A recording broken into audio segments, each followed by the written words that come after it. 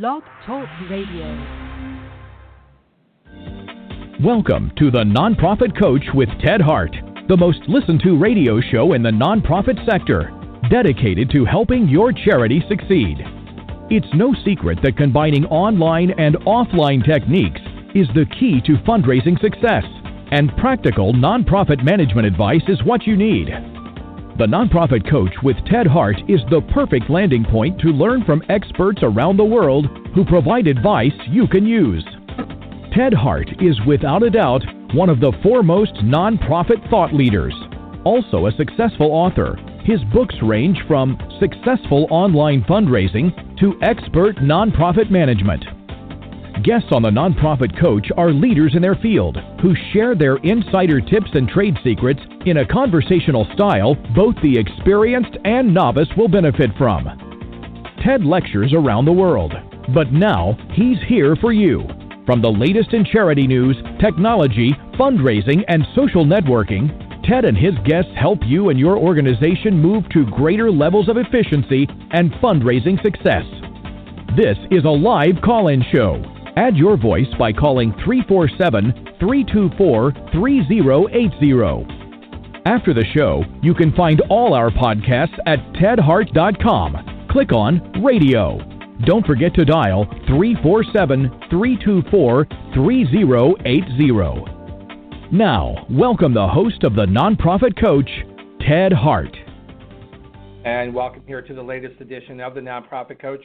Thank you for joining us today. We've got a very timely topic for you today, and that is lessons that we can learn from reports and work that has been done by the Foundation Center related to the philanthropic interests of members of the President Trump's new cabinet. Here on the Nonprofit Coach, as was just mentioned, you can call in when we get to our page 2 expert. Please do, or if you would like, you can send me your questions via email at tedhart@tedhart.com, or we are streaming live today on Facebook. You can find us at facebook.com/Ted Hart. As always, here on the show, we start with page 1 news.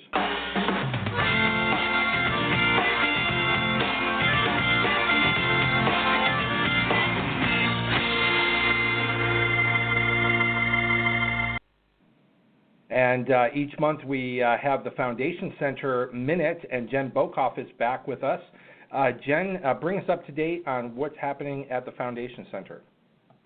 Hi, Ted. Thanks for having us on the show. And I just want to start by saying thanks for the partnership last year. We've loved being on the show every month, and we're looking forward to doing so again this year. So I'll go right into our updates. We actually have 2 exciting what we call landscape sites launching this week with fresh data. And so the first I'll tell you about is all about funding to libraries. So exactly a year ago, the Knight Foundation launched a contest. And that contest was to answer the question, how might libraries serve 21st century information needs? So really interesting question, and it actually generated more than 600 proposals. And Foundation Center was thrilled to be one of the 14 projects selected.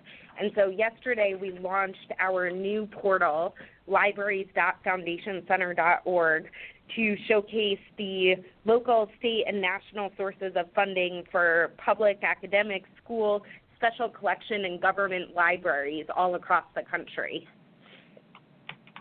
That's very impressive. I'm going to the site now. You said that's libraries.foundationcenter.org. Correct. And this is looks like it's filled with important data regarding how to track and find funding for libraries.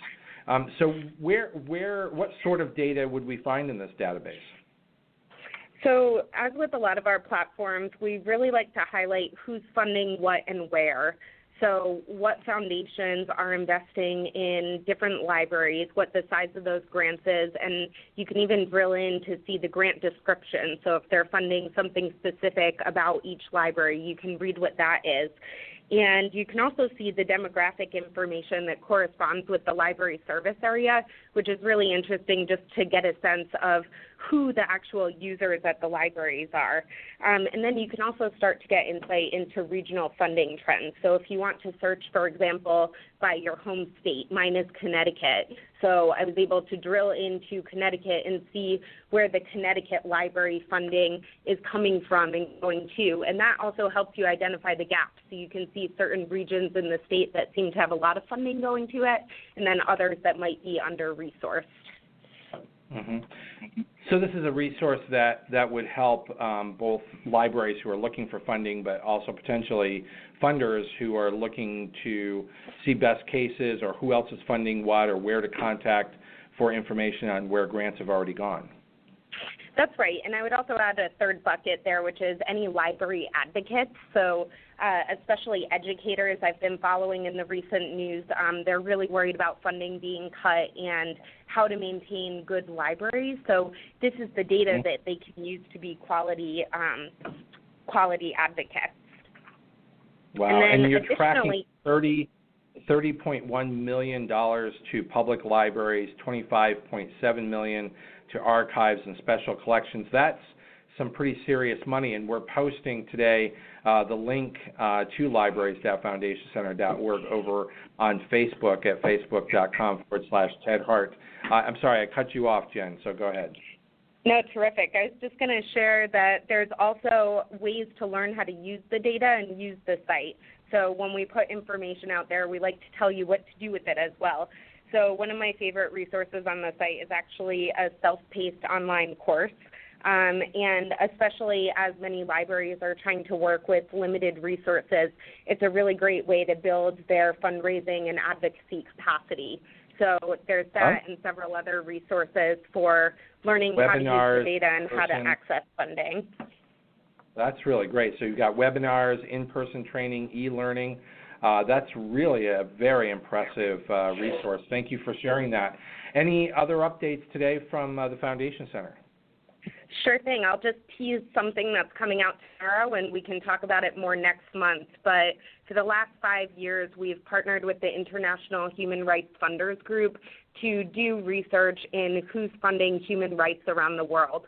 And so tomorrow we'll be releasing the latest set of complete data, which will be packaged in a research report, and then also data updates on the site humanrightsfunding.org. Okay.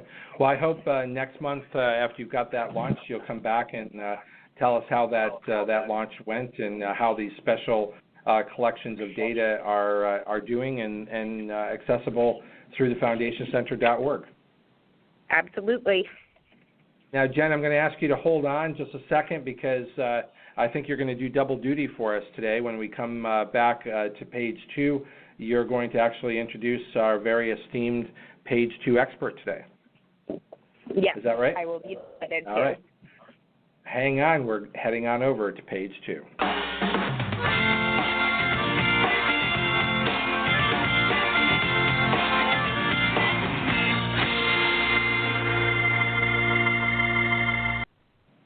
We're back here on the Nonprofit Coach. Over here on page 2, Jen Bokoff is sticking around because she's got double duty today. She's going to actually introduce our important page 2 guest today. So, Jen, take it away.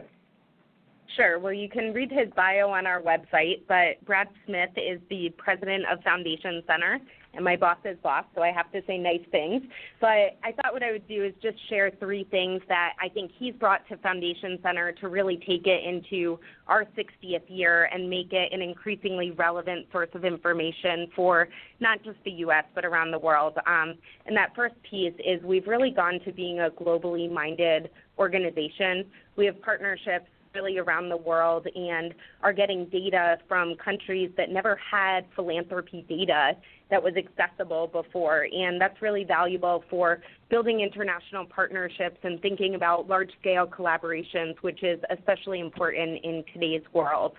The second big transformation that he's led us through is going from being data publishers to knowledge curators. And a big piece of that is how we're able to nimbly use technology to visualize and explore data to actually tell a story and help us slice and dice issues and strategies to learn where to go next. And then the third thing that I'm especially delighted by that Brad is really leading the way on is our focus on the user. So he's actually called this year at Foundation Center the Year of the User. And the idea there is in our role of trying to build the capacity of the social sector, we can't forget the very people that we're trying to serve. And those are the people on the ground in communities all around the world actually making change. And so as we continue to build new knowledge products and slice and dice data in cool new ways, what we can't lose sight of is who's actually using it and how they're using it. And so actually what he's here to talk about today is a really timely example of that, where we had the end user, the American public, in mind as we built this new transparency tool. So I think, I could keep talking, but hopefully that's a pretty good intro, and I will pass it over to Brad Smith. I think you've done a fantastic job, and welcome here to the Nonprofit Coach, Brad Smith, President of the Foundation Center. Thank you very much. Glad to be here. Sir, it is really a pleasure to have you here, and of course the research that the Foundation Center does, and in particular on, I think, a very timely topic is that of the new Trump administration and the new cabinet, which is currently being seated. And what does this mean to philanthropy? I noticed over the weekend, Brad, that President Trump presided over the Red Cross ball that was held at Mar-a-Lago. So clearly an important philanthropic effort on the part of the president, and we're posting a link to that over on Facebook as we speak at facebook.com/Ted Hart.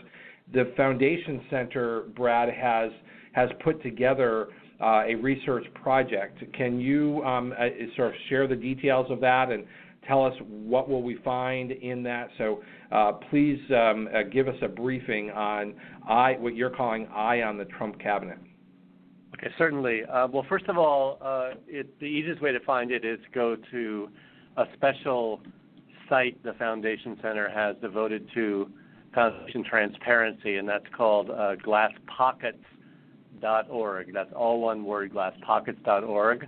And then you'll see right on the home page there the link to the Eye on the Trump Cabinet. And a little later on in the conversation, we can get into why glass pockets and why transparency. Eye on the Trump Cabinet is basically an interactive website that was curated by the Foundation Center to help people in our sector, meaning the broad social sector, nonprofits, foundations, consultants, advisors, wealth managers, really understand something about the background of the different cabinet nominees with a special focus on their foundations that might be related to them in some way, either a foundation they have themselves, which they sit on the board of, or perhaps a family member has, and then also nonprofits to which they're related to in some way, usually by board service. And to the extent possible, we could tease out their giving interest. The reason we sort of decided to do this was we started to get lots of calls, some actually from international press, but a lot of queries domestically about, well, what do you think the relationship will be between the new Trump administration and the nonprofit and philanthropic sector? So we decided to put up a very neutral resource without editorial comment that would help give people the information they need to answer that question.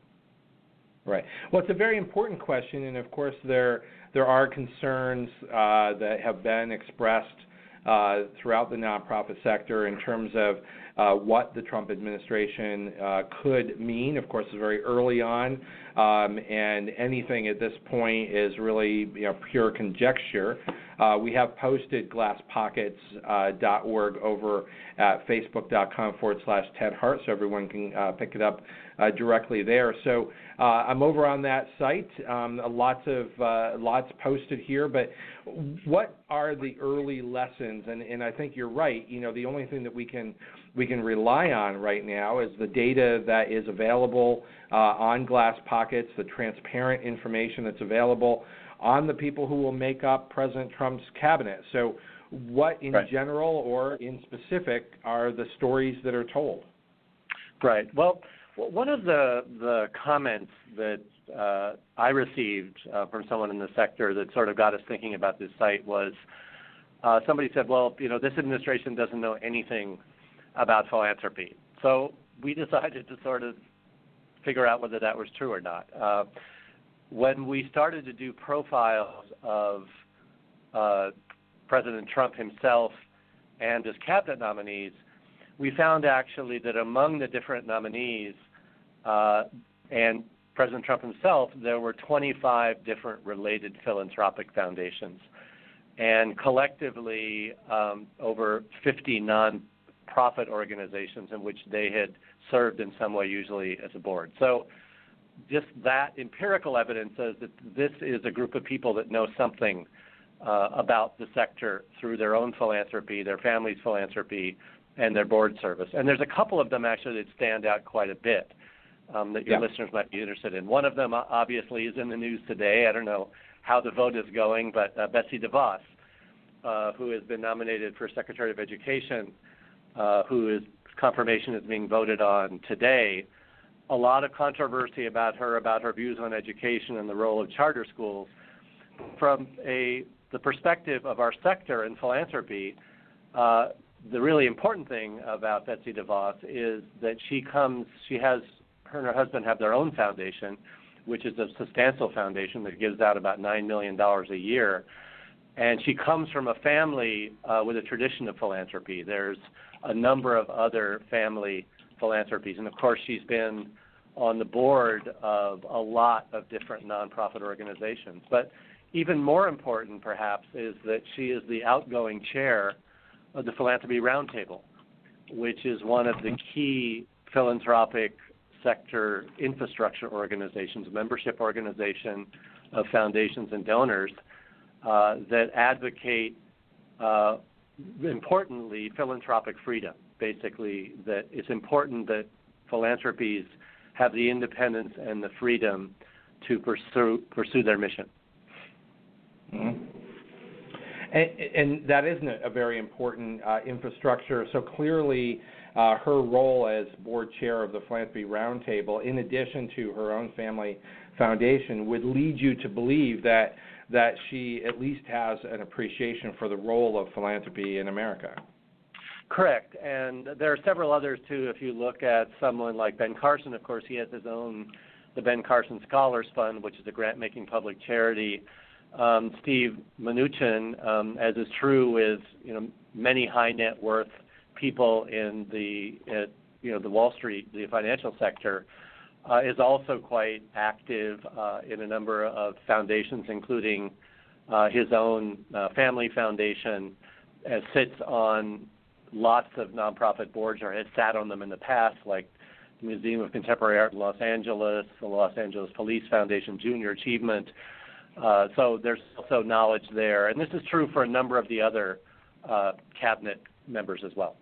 Well, of course, one of the most notable, at least in terms of hoping that there is an appreciation of a broad-based role of philanthropy, is Elaine Chao, the nominee for Secretary of Transportation. So share with our listeners what her experience has been and why that might give some indication of a role she could play. Well, certainly, again, there's a family foundation there, which is the Ruth Mulan Chu Chao Foundation.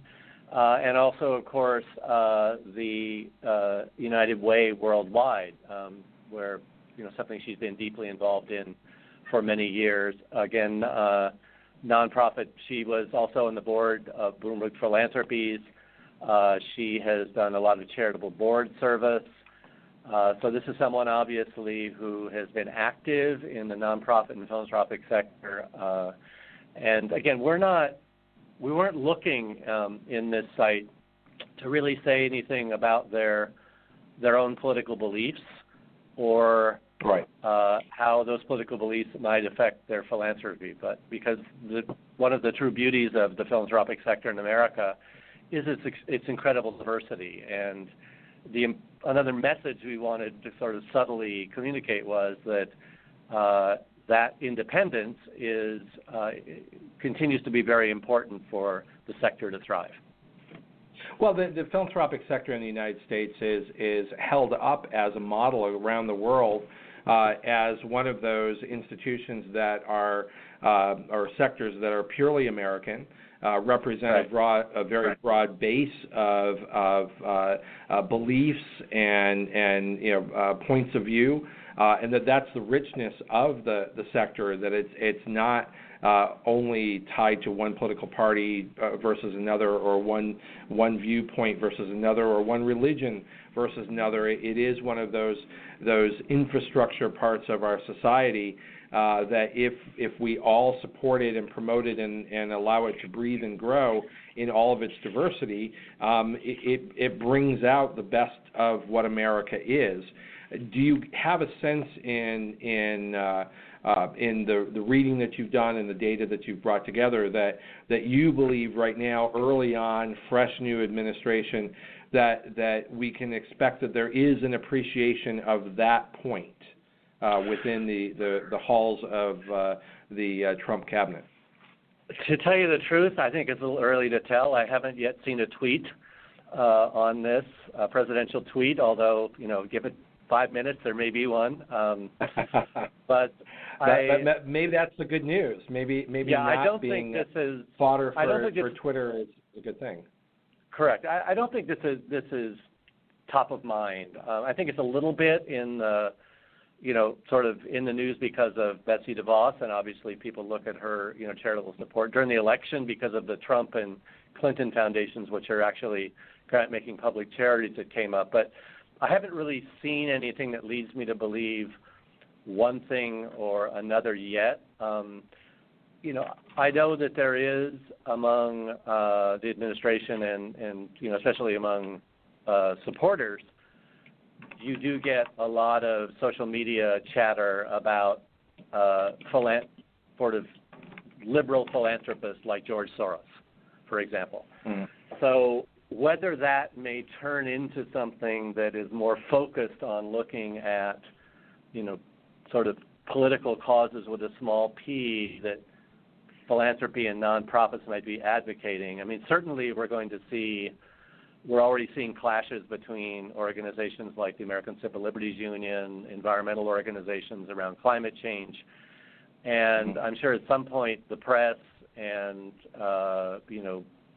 different kinds of online media fora will begin to look at how those are funded, and this could create scrutiny of the sector. Mm-hmm.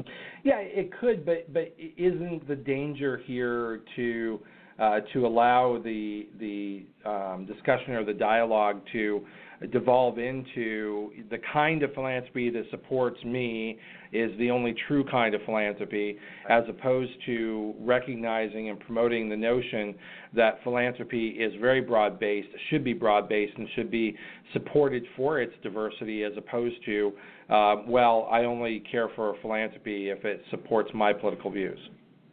No, exactly. And I think, if when you're in Washington and you drive by the National Archives, you see that wonderful statue out front that has the slogan, the quote on the bottom that the past is prologue. And there are actually historical precedents when these kinds of debates about the role of philanthropy have arisen. And this gives me a chance to talk a little bit about White Glass Pockets. Actually, the Foundation Center itself was born out of McCarthy-era hearings on Capitol Hill about the role of philanthropy. There were actually two sets of hearings, the Reese Commission hearings and the Cox Commission hearings, that investigated foundations for alleged support of un-American activities.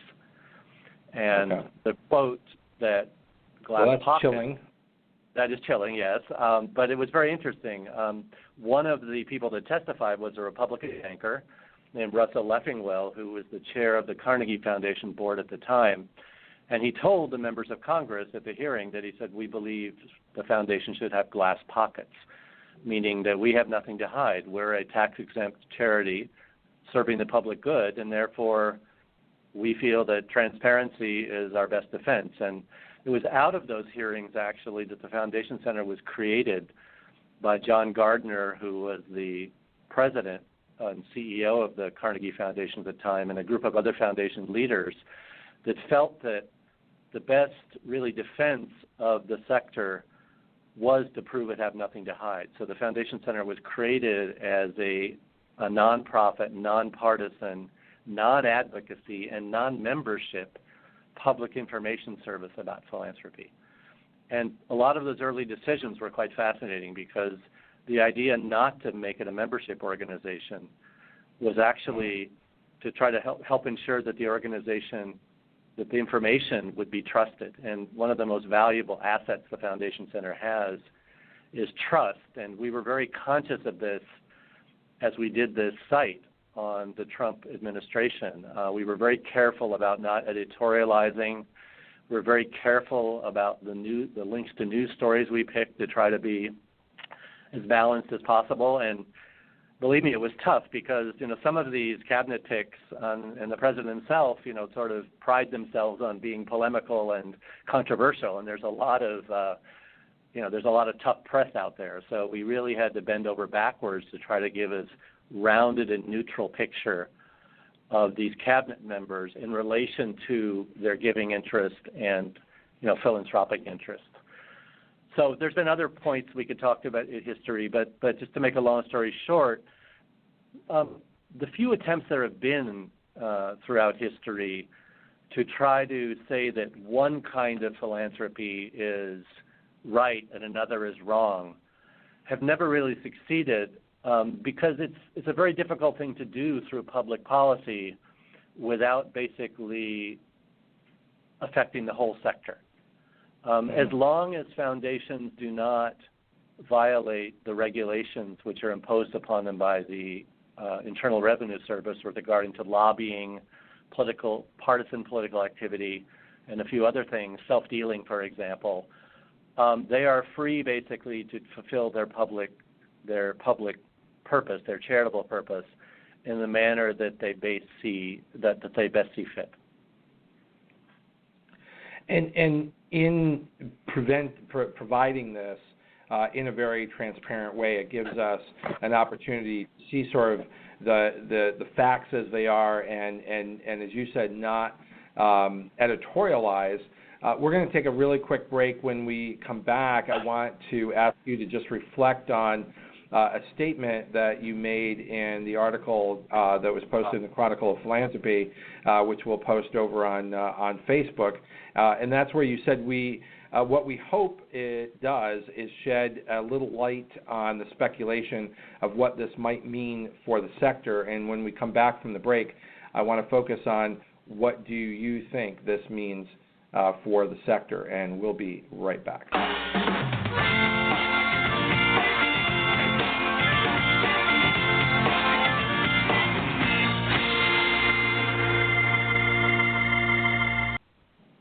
Every day, millions of people are online, many of whom want to help, volunteer, and donate to a good cause.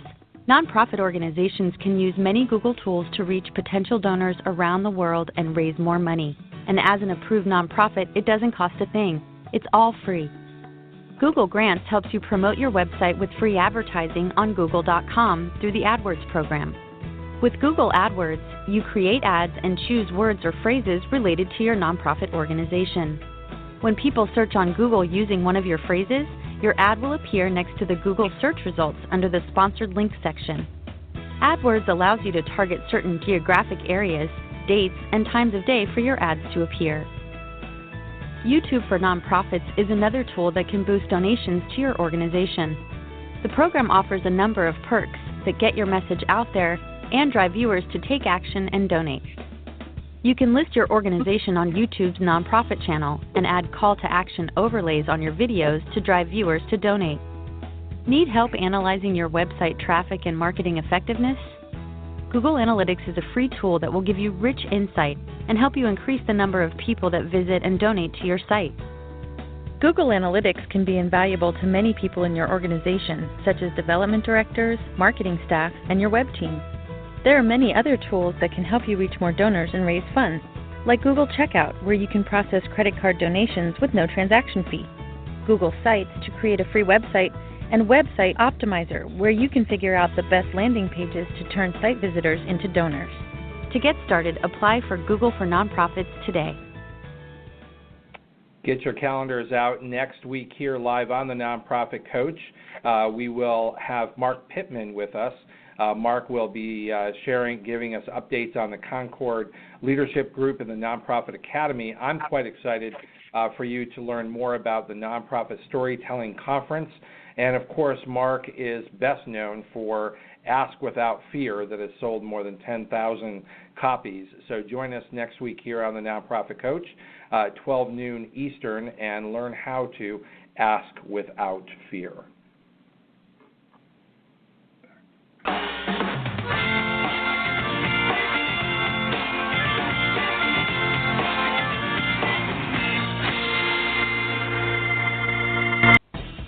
Remember, our podcasts and archives are always available 24 hours a day at tedhart.com. Click on radio links. If you're listening live today, the phone lines are open. Call in and ask a question by dialing 347-324-3080. Now, back to the Nonprofit Coach with Ted Hart. And, of course, you can always email me your questions at tedhart@tedhart.com or ask your questions live over at facebook.com/Ted Hart. We are here live on the Nonprofit Coach with Brad Smith, Foundation Center President. Our topic today is a really terrific Glass Pockets project that they have posted, and we have shared the link for, called Eye on the Trump Cabinet. And Brad, before we went on break, you had given an interview to the Chronicle of Philanthropy where you said that you were hoping that in light of a lot of speculation, of which it is a lot of speculation out there, you were hoping that we might find some pathway, I gather, to figuring out what all this might mean for the philanthropic sector. What do you think this all might mean for the philanthropic sector? Well, one of the things we know about the nonprofit and philanthropic sector in the U.S. is that the U.S. government is the largest source of support for nonprofits. Sometimes that kind of surprises people because of the strong traditions of individual and philanthropic giving in the U.S., but the government at the federal and state levels is and will continue to be a very big player in providing resources for the nonprofit sector. The priorities of those resources will undoubtedly change with the new administration. There might actually be more decentralization of services to states. We just don't know. But the government's going to continue to be a big player. And the sector will need to find a way, certainly wherever it can, to work with government. One of the things that's true about the history of the relationship between the nonprofit sector and government throughout American history has been that it is often one of collaboration, and it is sometimes one of disagreement and dispute, and it can also be one of advocacy, and it can be all those things at the same time. So what we hope to do with this resource is to begin to give people some ability to begin to gauge how they're going to have to position their organizations and their causes and their foundations in relation to the new administration. And part of that is basically just understanding who the administration is and what their interests are. For example, if you pull up on this site the profile of one of the cabinet nominees, Wilbur Ross, for Secretary of Commerce, there's a pull quote we put in there, which is hard to disagree with. He says, what is worrisome in the U.S. standard of living, what is worrisome is the U.S. standard of living. I think it is very difficult to envision our standard of living being preserved if we are in an economy where all people do is flip hamburgers, wait on people in stores, and sue each other. It's not much of a basis for an economy. That tells you a lot about his values and the things he sees. The other interesting thing is he's an avid art collector, and he's created his own public charity to support the René Magritte Art Museum in Belgium. So if you're looking for ways to understand who these people are, possible ways to collaborate, all this kind of information can be really, really useful.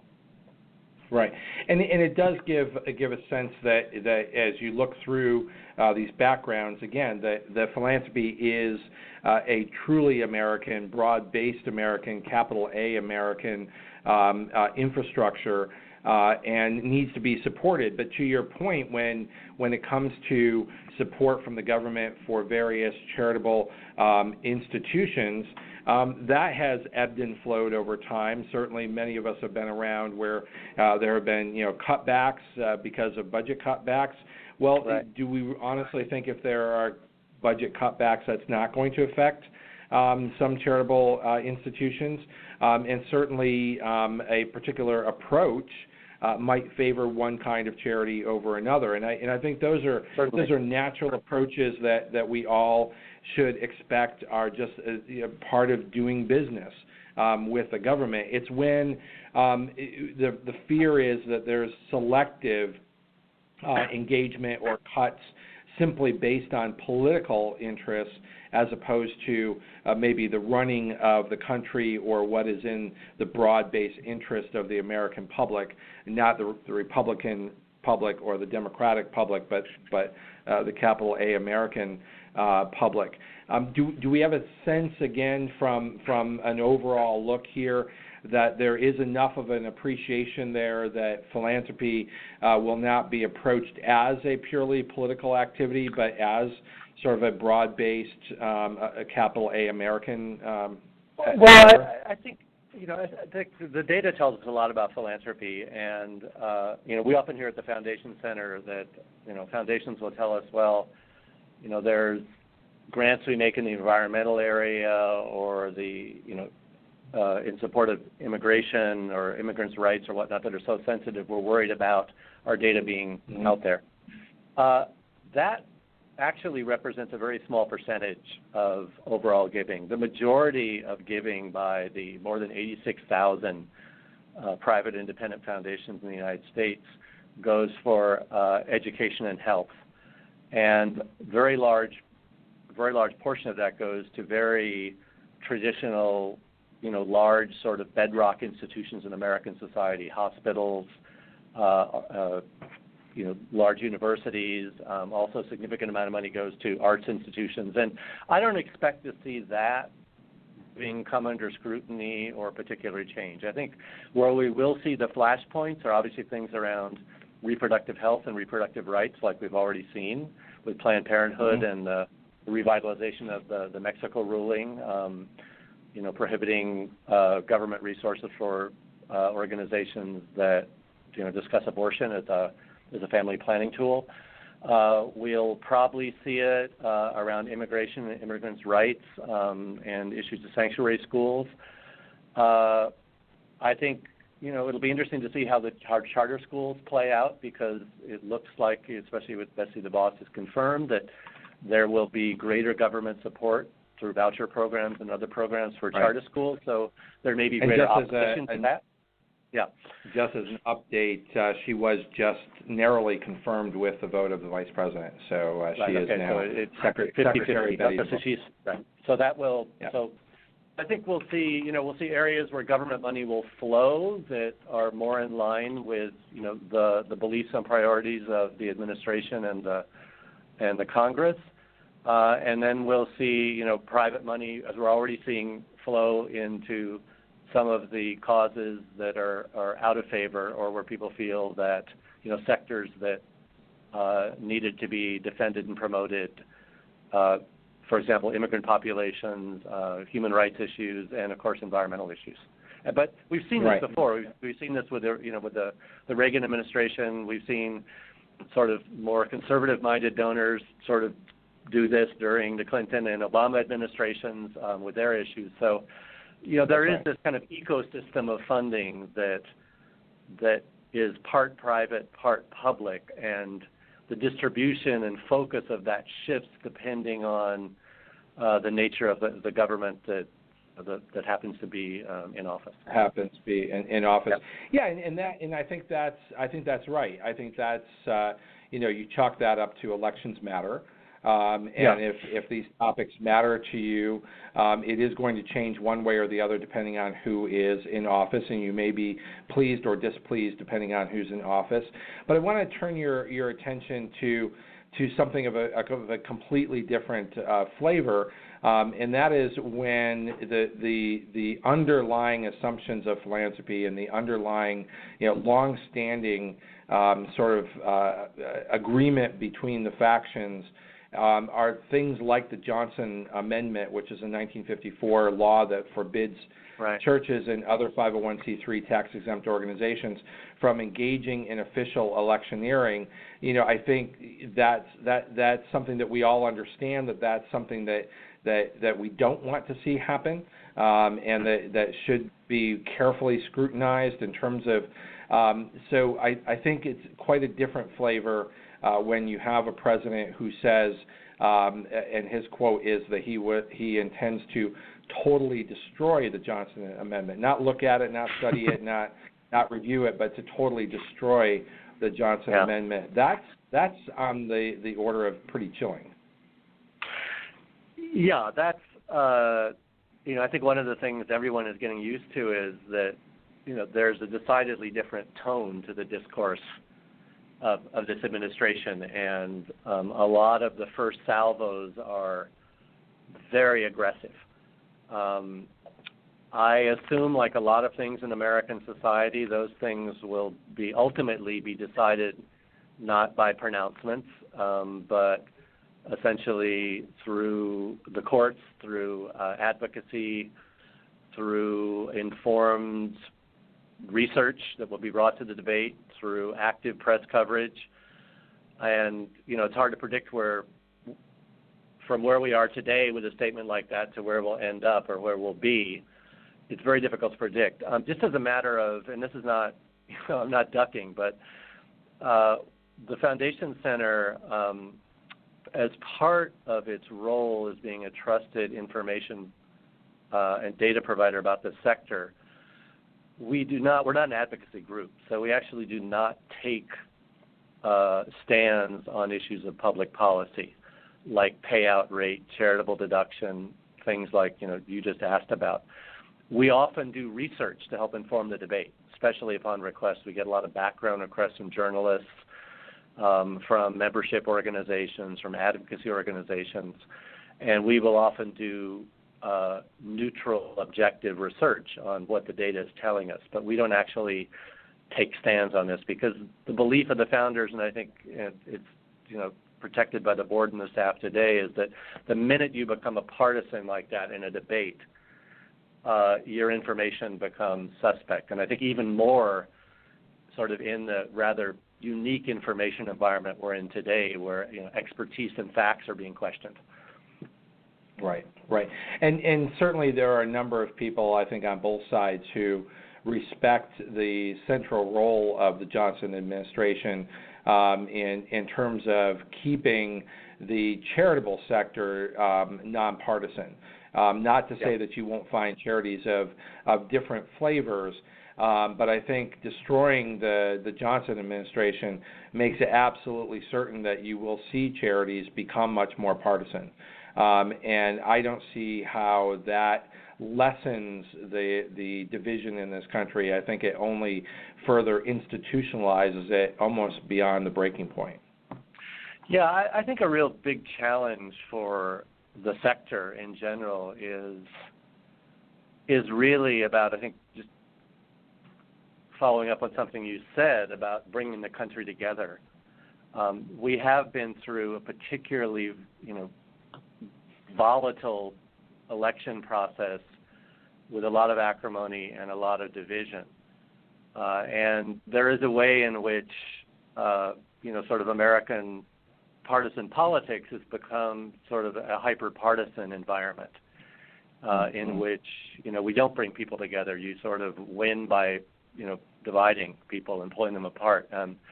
This is something the sector, because the sector is so directly connected to what real people's lives on the ground, I think, this is a big challenge for the sector, is sort of how we bring people together. And I think the other important thing for your listeners is, the United States is not the only country going through this. This is a global trend. We see symptoms of it with the Brexit vote. There are 13 elections in the next 12 months in Europe, and there are some of the similar kind of populist forces at work on the left and the right.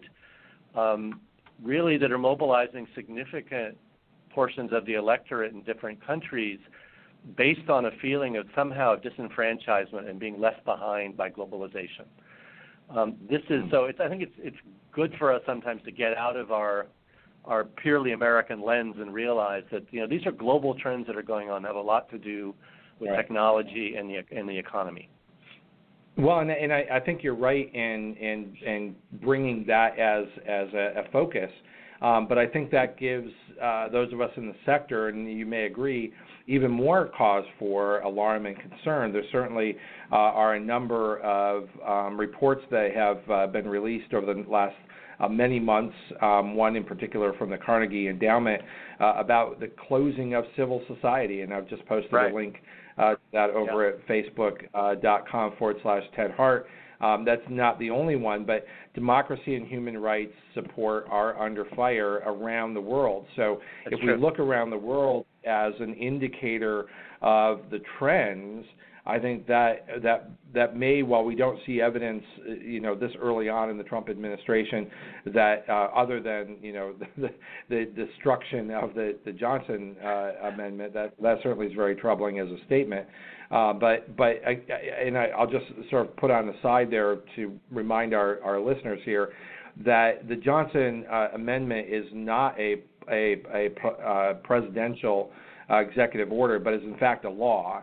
And so it would require congressional approval to change that law. Not to say that political winds might not drive it in that direction, but there certainly are a lot of us who would not want to see that happen, and hopefully there are people in Congress that would not want to see that happen. So there are a number of people who feel that that's less likely. But back to your point, the global trends are not extremely promising right now. Right. No, they're very, and I think actually a really interesting future program, would be on the closing of space for civil society. This is something, it's of great concern around the world. I do think in that regard, what happens in the United States in the next 4 years is very important, because the U.S., even with countries and populations and around the world that aren't particularly in love with the United States, one of the things they do admire often is the incredible vibrancy of its nonprofit and philanthropic culture.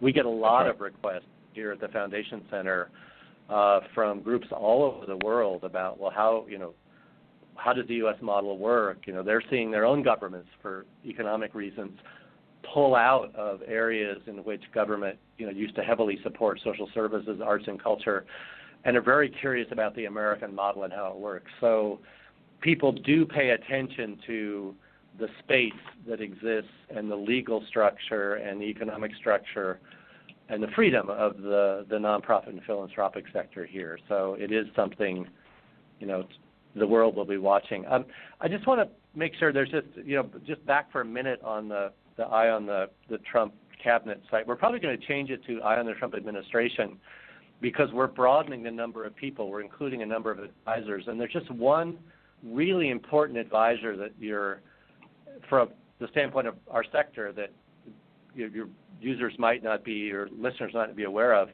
and that's Dina Habib-Powell, who has been named to be senior counselor to the President for Economic Initiatives.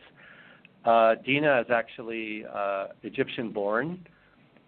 She worked in the White House Office of Personnel under the first Bush administration, but she's also been in charge for a number of years of the philanthropic programs of Goldman Sachs. She comes out of Goldman Sachs, has been an active participant in Aspen Institute Fora on philanthropy. She ran a very big program at Goldman Sachs called 10,000 Women, about empowering women entrepreneurs around the world.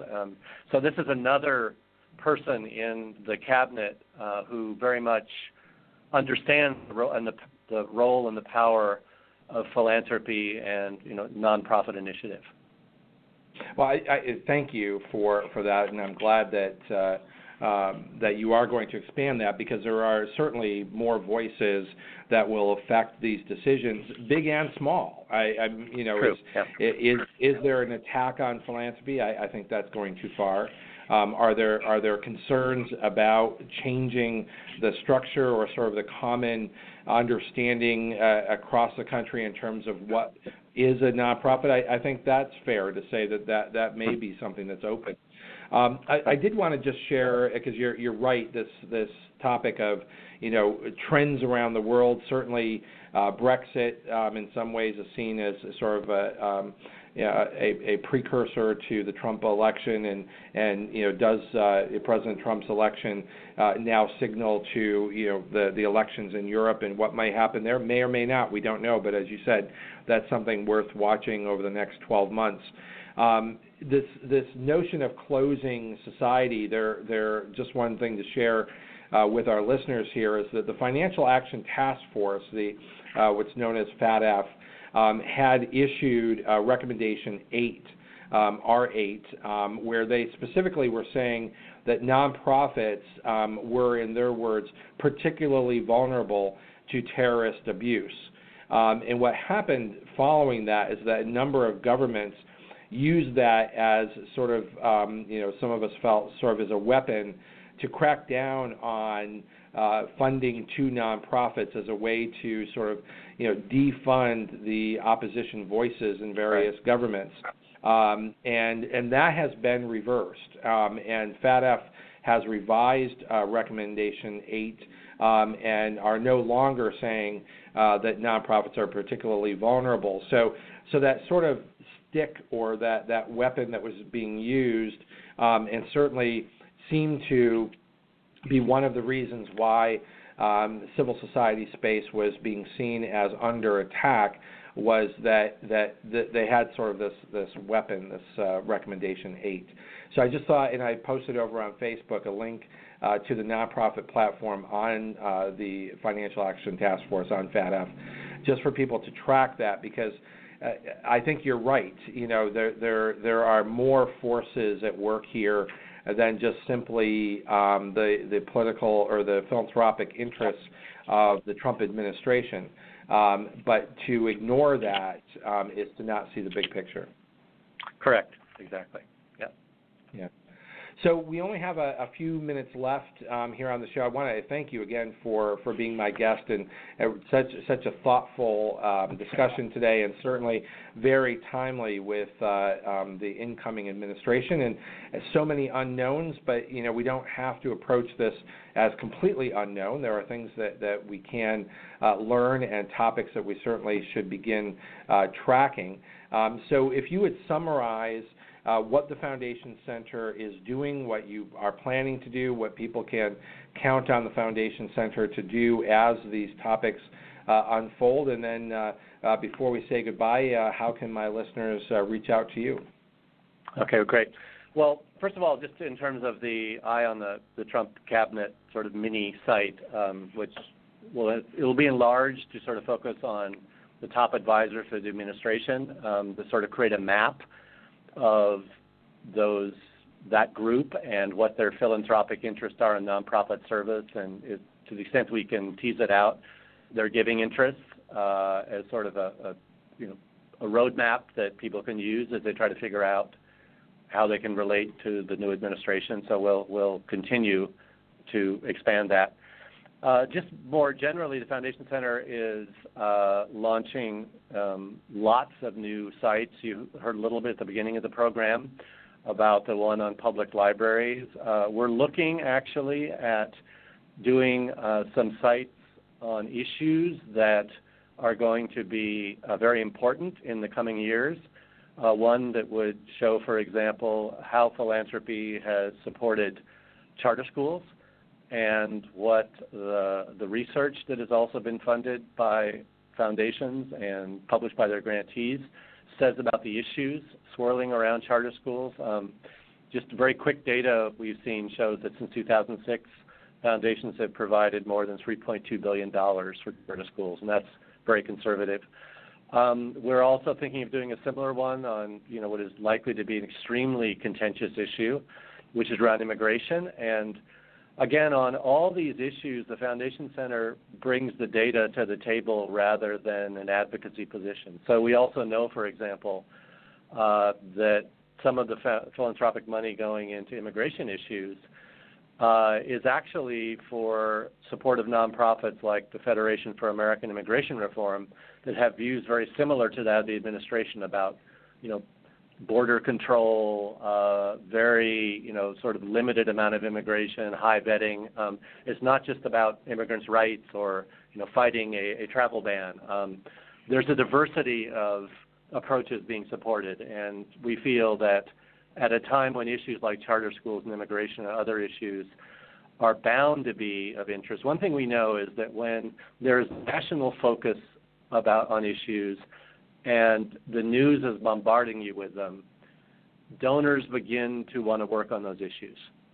Right. And what we really want to help the field do is as quickly as possible realize who's funding what where, so they can see who's getting the money, who's not, who they can partner with, and also how can they learn quickly what other philanthropists have already learned about their issue. There's just too much duplication in our field, and there's too much starting de novo when it's not necessary in today's information age. So the Foundation Center, through a variety of projects, is really trying to answer those two questions for donors to make our work just a lot. So somehow philanthropy can be more than the sum of its parts. Right, and also to in your research to show the diversity of approaches on a single topic and the wide range of types of organizations that are approaching, and to ask my listeners, but also to ask them to be advocates for philanthropy, and understanding that just because someone doesn't agree with you or support your organization or your approach doesn't mean that they're anti-philanthropic. I think, regardless of which side you are on a topic, I'd ask everyone to put above that our philanthropic tradition and our philanthropic tradition that supports a variety of different viewpoints. And I think you help draw that out to say, listen, these topics matter, and they matter from a variety of different viewpoints. And that's, again, back to the richness of the philanthropic sector. True. And I think, it's like a lot of things in life and in history, what seems an unpopular issue or cause today may be the seed of something that becomes a societal movement. I mean, the first grants that were made in support of the women's movement, the early courageous funders that started to support work against apartheid in South Africa, these were not very popular causes when they started funding them, but then they became sort of global movements. You did ask how people get in touch with me. Feel free to email me at bks, as in Sam, at foundationcenter.org. I'd be glad to respond to any questions your listeners might have, or if I can't respond to them, connect you with the people or resources that can give you what you need. Terrific. Well, Brad, you and your organization, we are fans of yours here on the Nonprofit Coach. Jen has been on several times, and we love having her on. She keeps us up to date on all of your changes, and I hope you will not be a stranger here on the Nonprofit Coach, because this has really been a terrific and enlightening show today. Brad Smith, Foundation Center President, thank you for being my guest today here on the Nonprofit Coach. Well, thank you so much. I'd love to come back. You got it. You've been listening to the Nonprofit Coach Radio Show with Ted Hart. Tell all your friends to check out our production schedule and download our iPod and iPad-friendly podcast at tedhart.com. Thanks for listening to the Nonprofit Coach.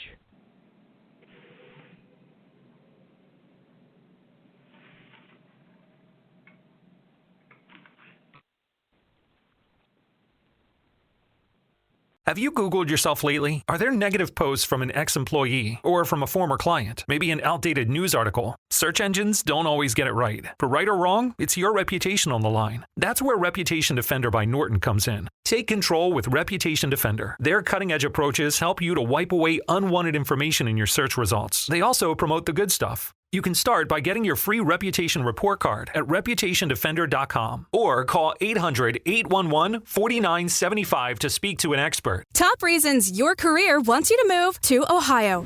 So many amazing growth opportunities, high high-paying jobs in technology, advanced manufacturing, engineering, life sciences, and more. You'll soar to new heights, just like the Wright brothers, John Glenn, even Neil Armstrong. Their careers all took off in Ohio, and yours can too. A job that can take you further, and a place you can't wait to come home to. Have it all in the heart of it all. Launch your search at callohiohome.com.